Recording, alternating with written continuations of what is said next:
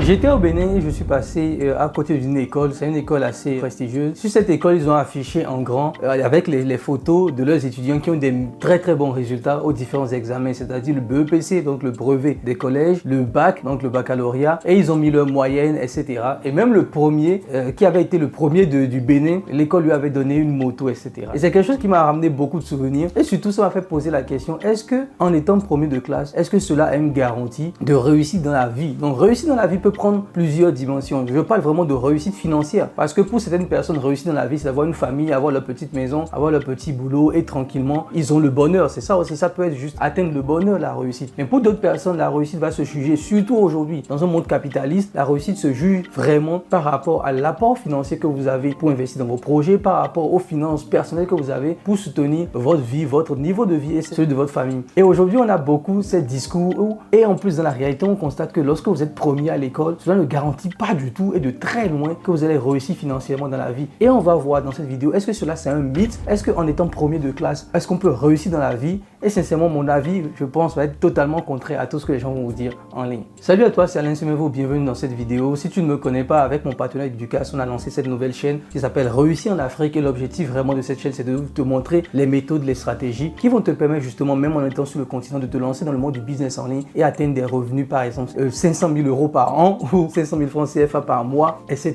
L'objectif vraiment, c'est de t'aider à avancer, te montrer toutes les techniques étape par étape. Dans la description de cette vidéo, tu auras accès à notre masterclass gratuite, comment te lancer de zéro et atteindre les 500 000 francs CFA de chiffre d'affaires grâce au monde du business en ligne en étant en Afrique. Tout est dans la description de cette vidéo. N'hésite pas à liker, commenter et à partager cette vidéo au plus grand nombre. Comme je vous le disais avant l'introduction, l'une des choses qui m'a fasciné, c'est de voir ces gens-là. On a affiché leurs photos, on a mis leur moyenne et c'est un sentiment qu'on retrouve beaucoup en Afrique et que moi, je le dis franchement, quand j'étais à l'école au Bénin, et je faisais partie des premiers de classe. D'accord, je discutais la place de premier avec pas mal d'amis. Tantôt j'étais premier ou j'étais troisième. Et c'était une sorte de compétition qui était une compétition assez saine. Hein. C'est quelque chose qui est beaucoup encouragé dans les écoles en Afrique et c'est ça, c'est un très gros point positif. Lorsque vous êtes premier en classe, vous êtes respecté. On vous amène au drapeau chaque début de trimestre. On lit les moyennes. On vous décore. Donc moi, je me rappelle dans l'école dans laquelle j'étais, on faisait des cérémonies vraiment où on décorait les premiers de classe du premier jusqu'au cinquième environ, on donnait des prix, etc. Et c'est quelque chose qui me motive beaucoup. Et quand je suis venu en Europe, c'est que c'est complètement différent en fait. C'est-à-dire que quand vous êtes premier en Europe ici, vous êtes jugé en fait. Vraiment, hein, c'est quelque chose, c'est un sentiment où vous êtes mis de côté. On vous traite de cirer les pompes aux professeurs, de suceurs par exemple. Et du coup, si vous regardez bien les films américains ou les films français, la plupart du temps, les premiers de classe n'ont pas une vie sociale. Hein. Ils sont reclus, on les appelle les geeks, les nerds, etc. Donc ils sont vraiment dans leur coin, ils n'ont pas forcément beaucoup d'amis. Et c'est un sentiment qui m'a toujours paru bizarre que en Afrique, lorsque tu es premier, bah, tu fais partie des gens les plus cool, hein, sincèrement. Je ne sais pas s'il y a des premiers de classe qui regardent cette vidéo, mais vraiment, je me rappelle même que c'est parce que tu étais premier, tu faisais partie des meilleurs, que tu pouvais même avoir des copines parce que toutes les filles voulaient venir faire les devoirs avec toi à la maison ou que tu les aides dans leurs devoirs. C'est comme ça que tu avais tes premières copines, etc. C'est vraiment deux mondes différents, etc. Mais moi, j'aime bien le côté africain. Mais au-delà de ça, maintenant, c'est de savoir, il y a, selon moi, un mythe sur Internet où on fait croire aux gens que lorsque vous êtes premier de classe, vous n'avez pas réussi dans la vie. Et il y a pas mal de vidéos où vous voyez des gens qui nous expliquent que Bill Gates a abandonné l'université, Elon Musk n'est pas parti à l'université, etc., etc. Et donc, du coup, les premiers seront les derniers seront les premiers, etc. Il y a vraiment ce mythe-là. Et moi, je peux vous dire, les amis, déjà pour enlever ce mythe de premier de classe des Bill Gates et consorts qui ont laissé l'université, il ne faut pas oublier quelque chose. Que c'est Bill Gates, Elon Musk et tous ces gros entrepreneurs milliardaires américains qu'on voit, c'est des gens qui étaient dans les top 5 des universités américaines, donc les Harvard Business School, l'université d'Harvard, le MIT. C'est des écoles qui ne prennent pas n'importe qui sont extrêmement chères, qui peuvent coûter jusqu'à 50 000, 100 000 $ l'année, d'accord? Et en plus de cela, tu devais avoir un très bon niveau. Donc, c'est des gars qui étaient des petits génies en soi, hein, sincèrement. C'est pas le dernier de la classe qui s'est retrouvé à Harvard parce que papa est riche. Non, vous ne pouvez pas monter une entreprise comme Microsoft si vous êtes con. Donc, c'est des gars qui étaient des premiers de classe. Mais il faut comprendre, comme je vous le disais au début, il faut comprendre que dans le monde occidental ici, lorsque vous êtes premier de classe, vous êtes un peu reclus. Donc, même si vous regardez les documentaires sur Bill Gates ou sur Mark Zuckerberg, le gars de Facebook, vous voyez que c'est des gars qui n'avaient pas forcément de vie sociale, ils étaient un peu dans leur coin, ils jouaient un peu les geeks, ils jouaient aux jeux vidéo, etc. Donc, ces gars-là, parfois même, et moi je l'ai vu même avec mon petit frère en France, ils vont baisser leur niveau et ils vont pas forcément être le premier de la classe. C'est-à-dire qu'ils seront les derniers de la classe, etc. parce qu'ils veulent pas forcément être jugés par les autres étudiants et tout. Ils veulent pas se faire passer pour le geek, mais mais quelque part, ils sont très bons, c'est des génies en fait, d'accord? Ce qui est le contraire en Afrique, quand tu es premier de classe, on va vraiment te louer, on va t'applaudir, tout le monde va t'applaudir, etc. On va te donner des prix chaque année ou tous les trimestres à l'école. Donc, c'est vraiment un mythe de croire que les gens qui travaillent dur, qui sont premiers de classe, ne réussissent pas dans la vie. Maintenant, il y a une nuance qu'il faut dire. Et ça, je le disais tout à l'heure, réussir dans la vie peut être associé à plein de choses différentes. Mais là, on va parler vraiment de réussite financière. Et pourquoi les gens, surtout en Afrique par exemple, les gens qui sont premiers de classe ne réussissent pas, d'accord? Et même en Europe aussi, il y a des gens qui sont premiers de classe. Tout le monde n'est pas Bill Gates, hein. Tout le monde n'est pas Elon Musk. En Europe, il y a des gens qui sont extrêmement brillants, mais qui vont rester dans la norme, qui vont rester dans la même carrière, qui vont pas forcément avoir un boulot extrêmement impressionné. Finalement, c'est les derniers de classe, les gars débrouillards qui n'étaient pas forcément très forts à l'école. C'est eux qu'on retrouve comme étant des entrepreneurs. C'est quelque chose qui se passe beaucoup ici dans le monde en général. Donc, pour moi, la raison principale pour laquelle on retrouve des premiers de classe qui ne performent pas lorsqu'il s'agit du monde de l'entrepreneuriat, qui ne sont pas riches, c'est parce que c'est des gens qui sont conformistes. C'est des gens qui sont dans leur zone de confort. C'est des gens qui vraiment sont très bons, mais qui n'ont pas le courage de sortir de ça en fait. Et c'est ce qu'on retrouve énormément. On a pas mal de professeurs en Afrique qui sont des génies, qui sont des grands mathématiciens. Et c'était le professeur qui venait à vélo. Et parfois, tu te demandais, mais comment ce mec aussi brillant peut être à vélo? Il aurait pu être ministre de je sais pas quoi, il aurait pu être le plus grand banquier, etc. Et j'ai une connaissance même qui était très bon, qui était premier de classe et qui aujourd'hui qui est gardien et qui vit des petits coups à domicile, etc. Et c'est des choses qu'on retrouve énormément. Et finalement, on voit qu'en Afrique, ou même dans le monde, et que c'est les gens qui sont débrouillards, qui ont l'intelligence sociale, l'intelligence de la vraie vie, qui vont réussir. Et pour moi, comme je le disais, c'est purement parce que les gars sont conformistes, les gars ne veulent pas prendre de risques. J'ai un ami ivoirien avec qui je suis allé à l'université.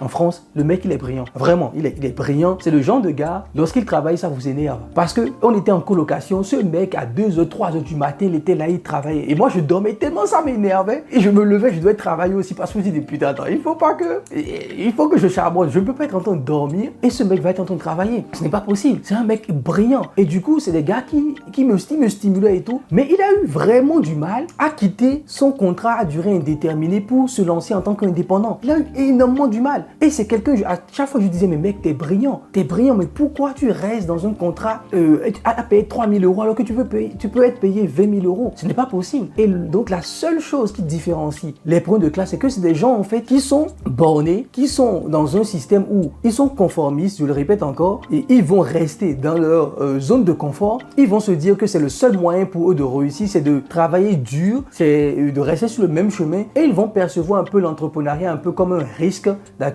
à leur zone de confort. Donc pour moi, c'est la seule raison qui pousse ces gens-là à ne pas exceller. Bien évidemment, il y a aussi l'entrepreneuriat, c'est aussi beaucoup de courage. Donc il y a un manque de courage à leur niveau. C'est aussi de la persévérance qu'il faut avoir. Il faut pouvoir échouer. Et le vrai problème aussi des premiers de classe, c'est les gens qui détestent l'échec. D'accord? C'est parce que quand tu as été premier de classe toute ta vie et tu commences à échouer, on perd confiance en soi. Et moi, c'est quelque chose que j'ai expérimenté en France, je vous assure. Du coup, primaire jusqu'à la classe de terminale, jusqu'à ce que je vienne en France, je faisais partie des meilleurs de mon école. Je sais que sur Internet, ça fait bien de dire qu'on était SDF et qu'on souffrait et que finalement, miraculeusement, on a eu le mindset et on est devenu millionnaire. Je sais que c'est un discours qui marche bien sur Internet. Mais moi, personnellement, j'ai eu des difficultés, bien évidemment, quand je me suis lancé dans l'entrepreneuriat. Mais jusqu'au BTS, je faisais partie des meilleurs de mon école. Vraiment, je faisais partie des meilleurs de l'école. Et quand je suis venu en France en informatique, c'est la première fois où je fais partie des derniers. Parce que les mecs en France étaient brillants. Moi, j'ai eu mon premier ordinateur à l'âge de 20 ans. Et vous êtes en face de gens qui, depuis l'âge de 8 ans, l'âge de 9 ans, étaient déjà en train de bidouiller sur l'ordinateur. Et vous vous rendez compte que ces gars-là, vous ne pouvez jamais les rattraper. Vous allez travailler dur et c'est ce qui fait que pendant longtemps, je le dis souvent, moi, j'ai pas connu la France que les autres ont connue. J'ai pas connu la France des boîtes de nuit, la France d'aller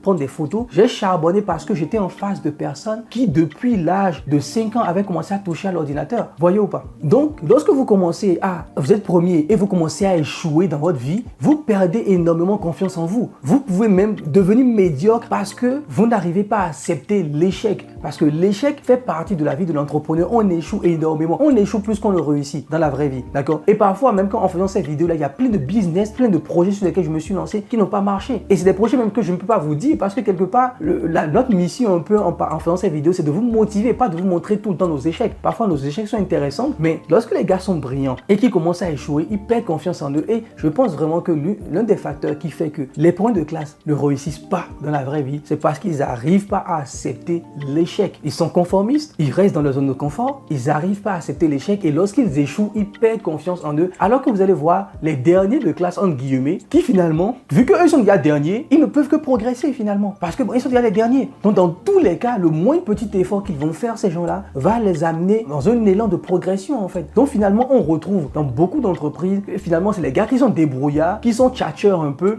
dragueurs même, qui savent parler, qui vont gravir les échelons et devenir les meilleurs, les chefs d'entreprise, etc. Mais tout cela n'est pas une généralité. Maintenant, est-ce que avec tout ce que je vous ai dit là, en étant premier de classe, on peut réussir? Moi, je pense vraiment que les premiers de classe sont destinés à réussir à s'enrichir pour des millions de raisons, je vous assure. Parce que même moi, et je peux vous le dire, tous les entrepreneurs que je connais, même les entrepreneurs que vous voyez sur Internet, nommez-les, d'accord? Je vous assure, quand vous commencez à parler, au-delà du discours marketing, vous commencez à parler avec eux en privé, vous voyez que c'est des gens qui sont extrêmement brillants. C'est des gars qui étaient forts à l'école. Mais aujourd'hui, on est dans un monde où dire qu'on était brillant à l'école fait que bon, vous perdez un peu de crédibilité dans le monde du business en ligne. Dans le monde du business en ligne, il faut dire qu'on était en train de mendier, on est devenu millionnaire. Ça motive beaucoup plus. Mais je peux vous assurer, tous les entrepreneurs que j'ai rencontrés, que ce soit en France, en Estonie, à Dubaï, tous ces gars-là, le vrai point commun qu'ils avaient, c'était des gars qui étaient brillants à l'école. Peut-être qu'ils n'étaient pas premiers de classe parce que, je vous l'ai dit, le monde en Europe est différent. Ils cachent et baissent leur niveau pour faire partie du groupe parce que si ils sont premiers, on va les insulter, on va les traiter de suceurs, on va les traiter de cirer les pompes aux professeurs, etc.